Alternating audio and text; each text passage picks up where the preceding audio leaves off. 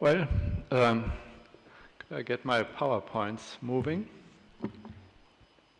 Am I doing this? Or? While the PowerPoint is loaded, let me also point out that, oh, he will bring it, that I've been asked to do a summary later this afternoon.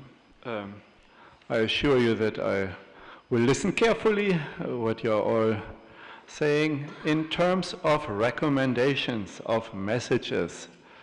I'm sure there will be many, and one was already given, attention to a climate-resilient agriculture through innovation.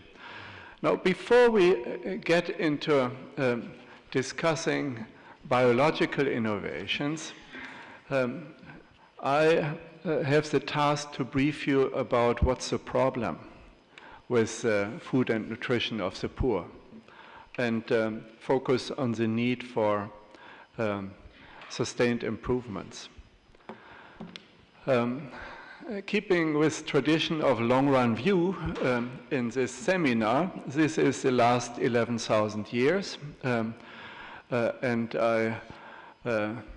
I messed a little bit with a famous figure from Nobel laureate Robert Vogel, which shows population development of the world in the said time period, and the innovations accompanying, actually facilitating population change. And I marked in green what relates closely to agriculture: plow, irrigation, mathematics. Second agricultural revolution, 150 years, Gregor Mendel published his famous article, DNA, genome sequencing, and what next? I added this little change in the population curve in the next 100 years on top. That's not Robert Vogel, with a question mark. The best population projections, in my opinion, factoring in behavioral change, indeed look like this, that population growth will get its maximum around 2070 and thereafter start stabilizing around 9 billion. But by 2050, almost all population projections agree we will be already around 9 billion, consuming more like 11 or 12 billion if behavior does not change, and the population distribution would look like this. So how much growth in food demand and food needs do we have to expect? On the left-hand side of this little table, I've given you a conservative estimate from colleagues at FAO, which estimates that total grain demand by 2050 compared to around our days would be plus 46%. More recent estimates, not yet published, scale that downward a little bit, but not much. So you hear often the world needs to double food production by 2050. That's somewhat an exaggeration compared to what current and recent projections are. But the big question mark is behind meats. How much meat, and I add dairy, demand will grow.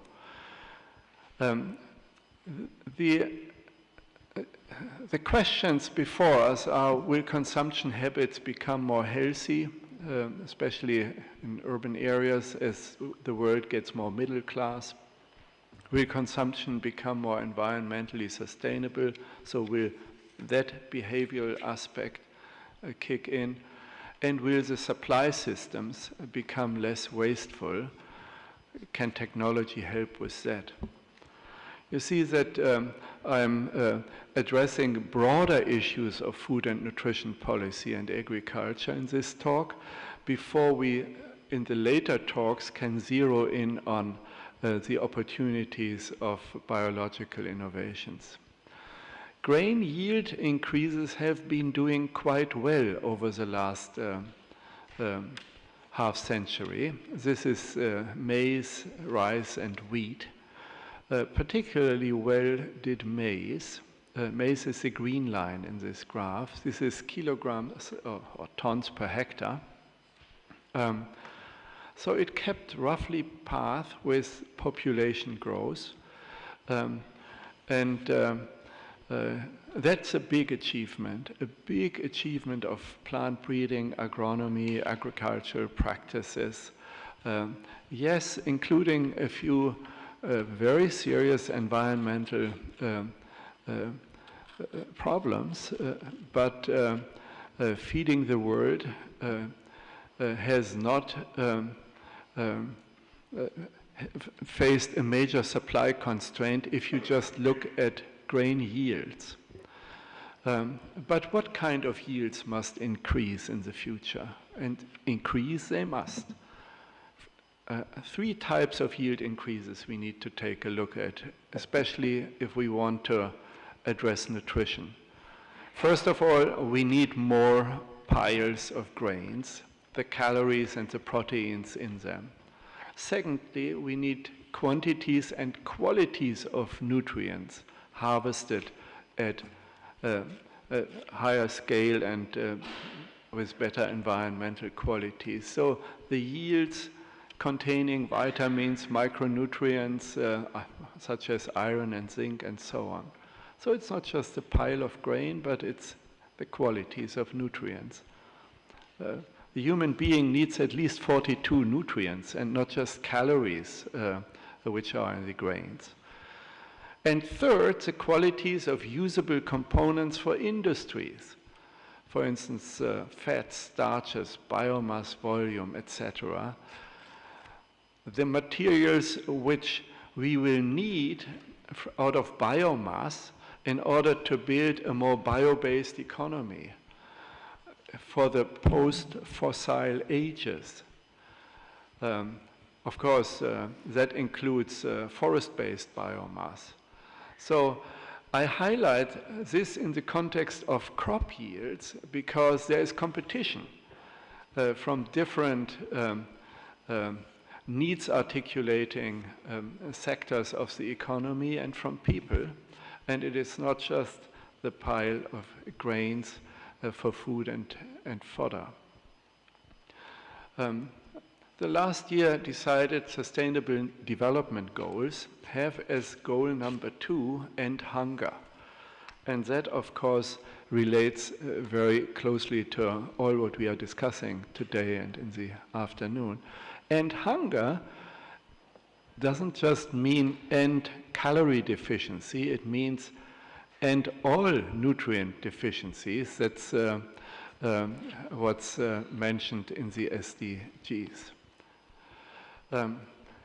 Speaking of the trends, this figure gives you on the left-hand side the most recent global map of the hunger index, an annual publication more like an important advocacy instrument which combines in the hunger index the deficiencies of calories consumed in populations country by country, the nutrition deficiency symptoms measured by body size and length, so stunting and wasting of children, and infant mortality, which is also very much influenced, infant mortality influenced by nutrition deficiencies. The good news is on the right-hand side, you see that the global hunger index has come down very significantly over the last 2 decades. But it is still quite unsatisfying if you look at the global map, especially of South and East Asia and of Africa. And you see some countries shaded there with stripes where no, so grayish, brownish, where no up-to-date data are available. And this number of countries, fragile states, failed states, are rapidly increasing. They house by now about 200 million of the undernourished populations of the world. So we have to talk also about the political side of the unfulfilled needs. That brings me to the big numbers. The undernutrition in terms of calories and correlated with that proteins is about 800 million people. Hidden hunger, it's about 2 billion. Sorry, there's a mixture in German and English here. Child undernutrition is about 160 million children affected. That's declining. And obesity and resulting chronic diseases, often also in poor segments of the world population, is approaching 1 billion. The World Health Organization and UNICEF figures on the key nutrition indicators of stunting, so not having the right length for age, and of wasting, so too little weight for length, show these trends here that between 1990 and 2014, stunting declined from about 40% to 24%. So improvement, yes, but not satisfactory. Wasting still affects about 50 million children in the world. Now, behind these figures of bad nutrition among children is a whole host of factors, in addition to food, especially bad hygiene, little attention in the context of care, and infectious diseases interacting with nutrition outcomes. The global nutrition problem increasingly is recognized as a problem of micronutrient deficiencies, and there will be talks about that at the center of this session later on. It's a bit small in terms of print here, but let's just look at Asia and Africa. The green columns showing that children under age 5 have vitamin A deficiencies in the orders of magnitude of 30 to 35%, and in Africa more in the 40s percentages. And the iron deficiency, that's the brownish figures for children and for mothers, are also between 20-25%. This is a huge issue which we need to address with multiple actions, including plant innovations, crop innovations. I will not talk about that because others are addressing how to solve this problem. That's why we are here together. But before entering into biological treatments of the problem, let me list what's currently being debated as the 6 options to address micronutrient deficiencies. Biofortifications, and we will hear from Howdy Buis about that. Secondly, industrial fortification, so fortifying flour with, say, iron or multiple fortifications. Increasingly widespread in urban areas, not reaching well into rural areas. Third, home-based fortification, where mother or father sprinkles some micronutrients into the porridge of baby, and so they do fortification. Quite successful programs in Bangladesh by now. Fourth, supplementation, where medication, especially of vitamin A or iron tablets, are given. Fifth, investment in nutrition-sensitive agri and horticulture, so grow your diverse diets, very much advocated, but the reach is not strong in a length-short world. And nutrition education. So we need to search for optimal combinations of these options, which are location-specific. And let me touch somewhat out of context on a big issue which I think we as scientists and the nutrition science community needs to get a better handle on, and that is a better understanding of microbiome links to nutrition outcomes. The microbiome, so the microbes in our intestines, are critical for nutrition performance, holding diet constant. So having a certain healthy diet, but having a diversity in microbiome will lead to very different outcomes, as more recent research shows. We need to factor that in. But microbiome can also be altered. That's frontiers in nutrition research, and which leads also from personal health to personal nutrition approaches in rich countries, far away from poor countries. But I want to highlight this maybe as a topic for future discussion here. We need to better understand the physiology.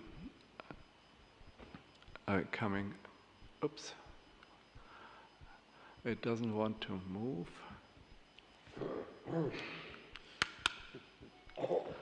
Battery power, yes. Speaking of climate variability and change, this will, and that was already a question from Professor Phillips, will exacerbate food insecurity in areas currently vulnerable to hunger and undernutrition. In my opinion, fairly solid projections for the next 30 years or so, what will happen to agriculture, especially food output, on a worldwide basis due to climate stress, not just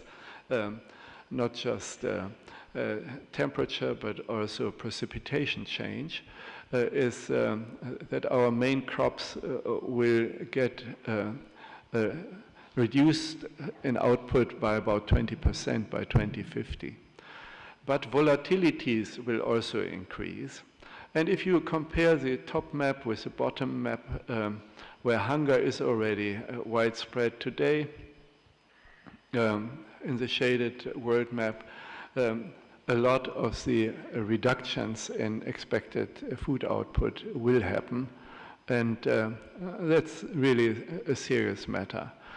Of course, we have already touched on the flip side of agriculture, not only being affected by, but also affecting climate change. And so we are in a very complex technological situation to reduce the agriculture problems of climate change and the problems for climate change. I mentioned extreme price events, which are partly triggered by increasing volatility of agriculture.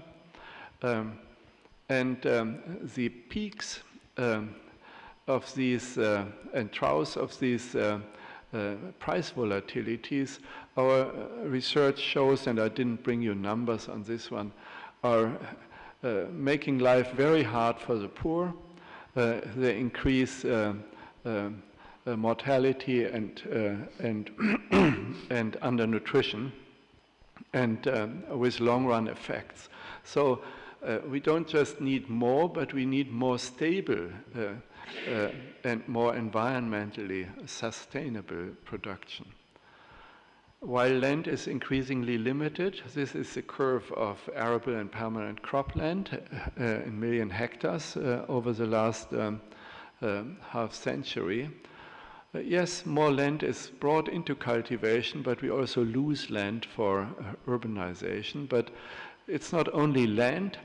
but it's the quality of land which is deteriorating. This is a map which we produced at my institute over the last 5 years on global land and soil degradation. That degradation mapping is corrected by CO2 fertilization and by precipitation change. So it's a net effect in the more than 500,000 pixels of the world over the last about 30 years, and it shows a quarter of cropland and 1/3 of pastures are seriously degraded, which costs world economy about $300 billion in lost production and lost ecosystem services. I'm glad that we have later a discussion on land cultivations. Now, you find lots of colleagues, especially in the advocacy community, that there is an opportunity. We are having so many losses in food production and so much waste. So we need to cut that, then we will be fine. Well, the basis of this argument is this statistic presented here, which FAO and a consultancy company had published 5 years ago. And if you look at Europe and North America, the losses, I correct the waste in the red column, that's waste in consumption, so throwing away food, is a lot. It's 20-25%. In Africa, sub-Saharan Africa, that part is very small, but on the other hand, there the post-harvest and production losses are quite significant. More recent studies on both of these aspects suggest that these figures, which gave hope that if we cut losses, we may not need to mobilize so much incremental production. More recent analyses suggest that we have an overestimation here of waste and losses. The more solid studies which have been done since then, which are not yet aggregated to global level, suggest it's about half of what's shown in these statistics. So I'm sorry to say we need to accelerate production. Joint research on institutional and technical innovation is needed, not just technological fixes. And the two overlap and need to be context specific. Let me focus briefly on what modern plant research is confronted with, and I'm sure Peter will address this then, later on, Peter Bayer in his talk. We need more resilience, more resource efficiency, and higher and stable yields, and we need different contents, the nutrient efficiency. So how can we do that? How to respond to the multiple goals for plant innovations? Yeah, it's not only the goal to increase yields, we need these other goals also to pursue. Plant breeding accelerated by genome information, marker assistant, that's currently the main part of the innovation. Tissue cultures are helpful to address plant diseases. I think it's working by now quite well with potatoes in Africa. I've seen some tissue culture labs out in the middle of nowhere in northern Mali, so it helps. And third, and that's what we will need to focus on, molecular biological methods, including gene editing and transgenics, which offer multiple opportunities for nutrition, for environment, and for resource efficiency. They need sound testing for context-specific applications. But we have another revolution happening on the technological side. That's a digital revolution coming into agriculture. So drones, left photo,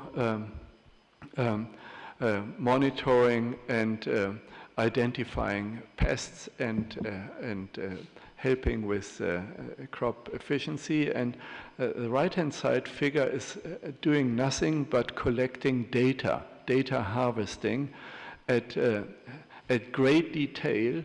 And some of these small machines roaming fields by now are able to mechanically or chemically kill pests on the field at the millimeter scale. So we will see a change in technology from the digital and from the biological, and we need to bring them together.